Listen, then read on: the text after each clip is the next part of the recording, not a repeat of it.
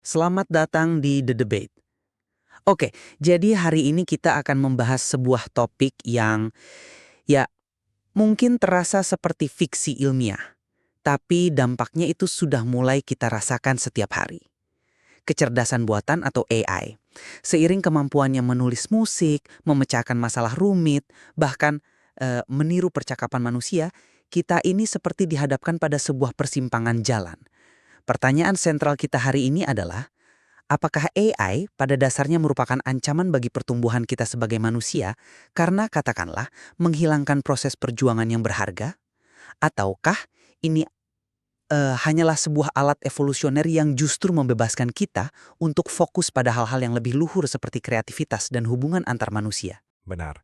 Dan dalam diskusi ini, saya akan berargumen bahwa dengan obsesi kita pada hasil akhir yang instan, AI sebenarnya merampas perjalanan, proses jatuh bangun yang justru, menurut saya, esensial untuk membentuk kebijaksanaan, ketangguhan, dan ya, kepekaan sosial kita. Sementara saya akan mengambil posisi sebaliknya, bahwa AI adalah langkah logis berikutnya dalam evolusi teknologi.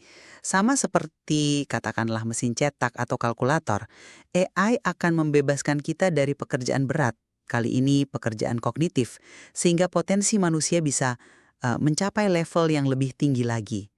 Begini, saya ingin memulai dengan melihat ini dari perspektif sejarah ya.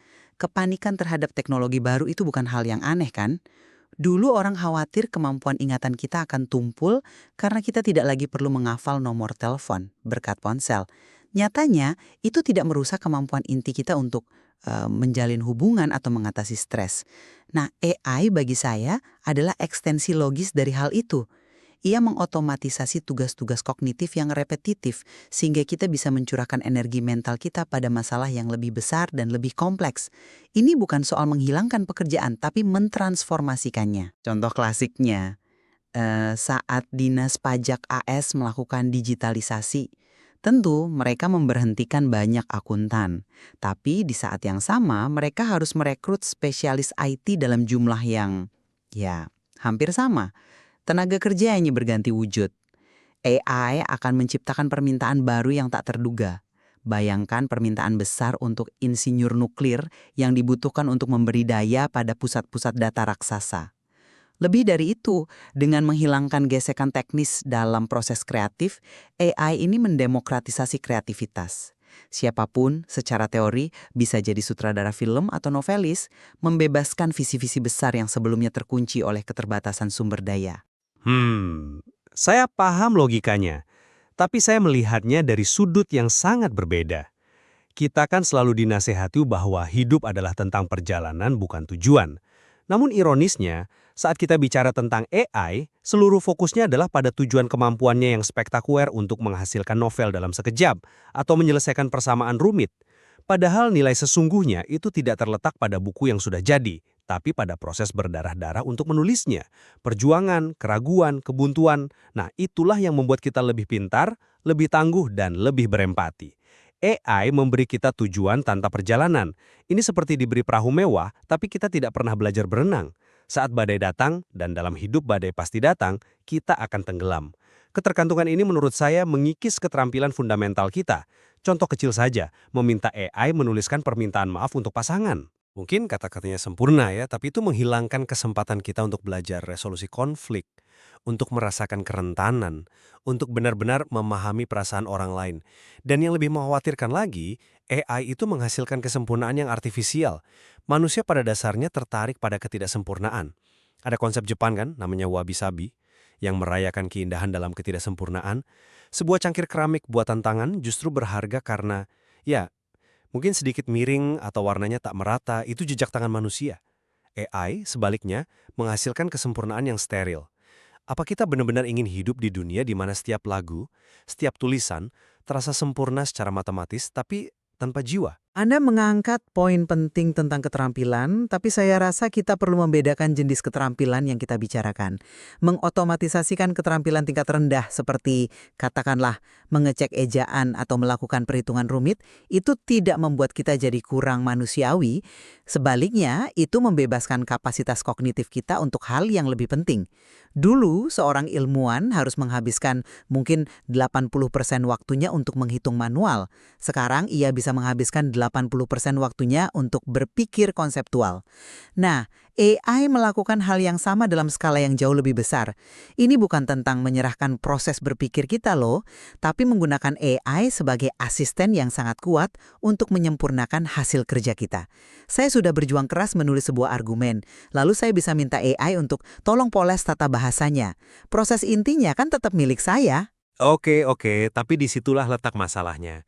Ada perbedaan fundamental antara keterampilan mekanis seperti mengeja dengan keterampilan adaptif, seperti empati, negosiasi, atau mendengarkan secara aktif. Yang pertama bisa diotomatisasi tanpa banyak kerugian, saya setuju.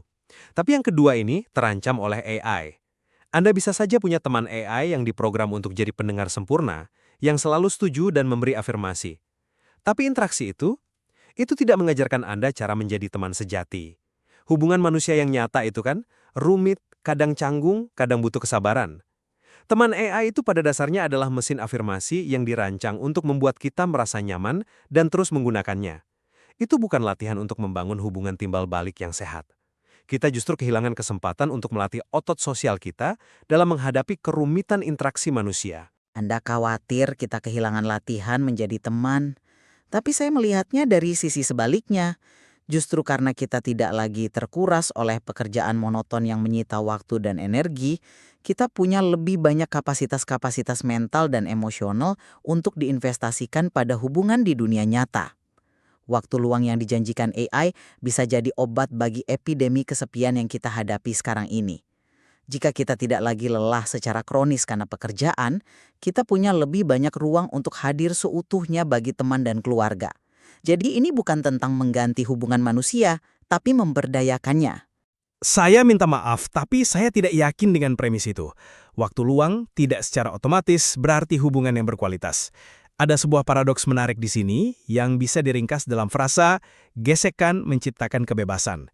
Dulu ada batasan yang jelas, ada gesekan antara kantor dan rumah. Saat jam kerja selesai, ya kita bebas.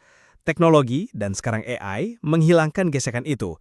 Karena AI memungkinkan kita untuk bekerja kapan saja, dari mana saja, kita justru kehilangan kebebasan yang dulu dipaksakan oleh batasan fisik tersebut. Apakah waktu luang yang Anda janjikan itu nyata? Atau kita hanya akan hidup dalam kondisi kerja yang selalu siaga, yang justru membuat kita semakin stres dan terisolasi, bukannya lebih terhubung? Itu adalah kekhawatiran yang valid. Tapi mari kita beralih ke dunia konten dan otentisitas yang Anda singgung tadi. Tentu akan ada lautan konten yang diproduksi AI secara massal. Tapi bukankah itu justru akan menciptakan keseimbangan baru? Menurut saya, itu hanya akan melambungkan nilai dari apapun yang benar-benar dibuat oleh tangan dan pikiran manusia. Analogi sederhananya begini. Keberadaan makanan cepat saji tidak mematikan restoran Adiboga kan? Justru itu membuat kita lebih menghargai pengalaman makan di restoran yang unik dan otentik. AI akan memaksa kita para kreator manusia untuk menjadi lebih orisinal, lebih berani, dan lebih otentik agar bisa menonjol.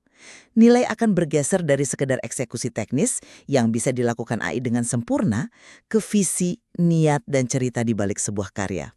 Itu asumsi yang sangat optimis, dengan menganggap AI hanyalah alat yang netral. Tapi mari kita lihat siapa yang mengendalikan alat ini.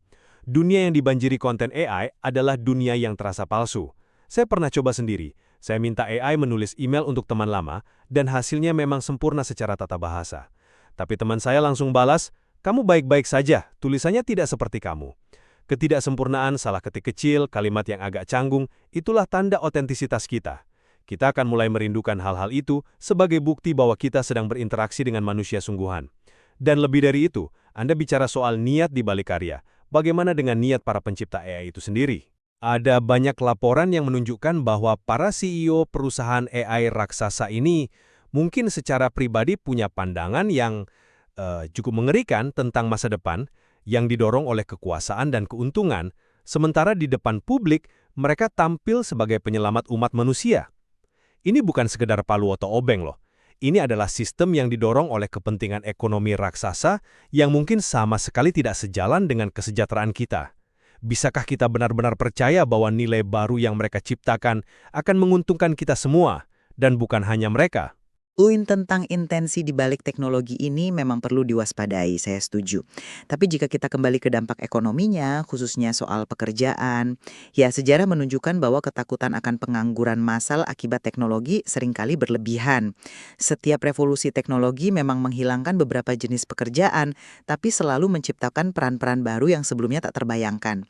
Akan ada permintaan besar untuk para ahli di bidang energi untuk memberi daya pada pusat data, ahli etika untuk memandu pengembangan AI, prompt engineer, dan banyak lagi.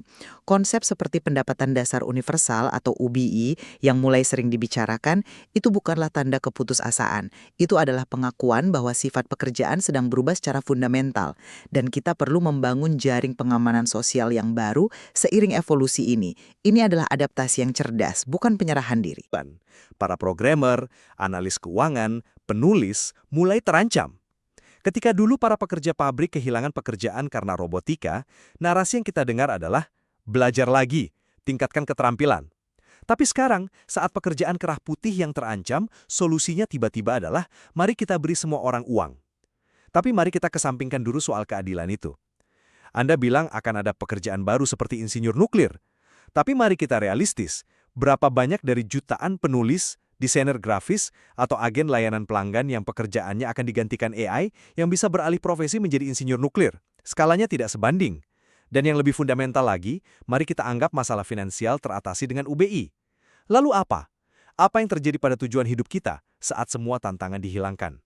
Perjuangan membangun bisnis dari nol, rasa bangga karena berhasil menguasai sebuah keahlian setelah ribuan jam latihan, itulah sumber makna yang mendalam bagi banyak orang. Uang dari UBI adalah uang untuk bertahan hidup, bukan untuk tujuan hidup.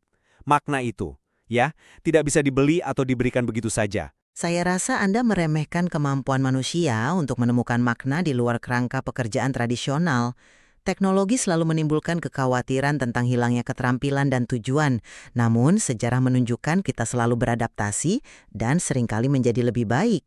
AI bukanlah akhir dari kemanusiaan.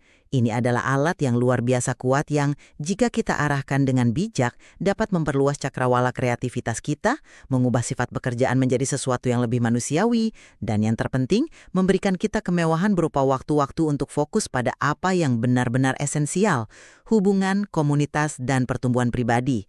Tantangannya bukan menolak alat ini, melainkan secara sadar mengarahkan evolusinya menuju hasil yang bermanfaat bagi seluruh umat manusia. Efisiensi, kemudahan, dan kesempurnaan yang ditawarkan AI itu datang dengan biaya tersembunyi yang sangat mahal. Dengan menghilangkan perjuangan, dengan melompati perjalanan, kita beresiko kehilangan kesempatan untuk menempa ketahanan, empati, dan kebijaksanaan. Keterampilan manusia sejati, karakter yang kuat, dan hubungan yang dalam itu ditempa dalam api ketidaksempurnaan dan tantangan, bukan dihasilkan oleh algoritma yang dingin. Kita harus secara sadar memilih untuk tetap terlibat dalam proses yang sulit, berantakan, dan terkadang menyakitkan, baik itu dalam membangun bisnis, membina hubungan, atau membentuk diri kita sendiri. Karena di dalam perjuangan itulah terletak pertumbuhan kita yang paling otentik dan paling berharga. Pada akhirnya, iya, jelas bahwa dampak AI akan dibentuk oleh pilihan-pilihan sadar yang kita buat, baik sebagai individu maupun sebagai masyarakat. Diskusi ini menyoroti betapa pentingnya kita mempertimbangkan tidak hanya apa yang bisa dilakukan AI untuk kita, tetapi juga apa yang bisa dilakukannya terhadap kita. Tepat sekali. Ini bukan sekedar tentang teknologi baru. Ini adalah pertanyaan mendasar tentang nilai-nilai apa yang ingin kita pertahankan. Materi ini memberi kita banyak sekali bahan renungan, menantang kita untuk secara proaktif merancang masa depan yang kita inginkan, bukan hanya secara pasif menerima apapun yang ditawarkan oleh teknologi.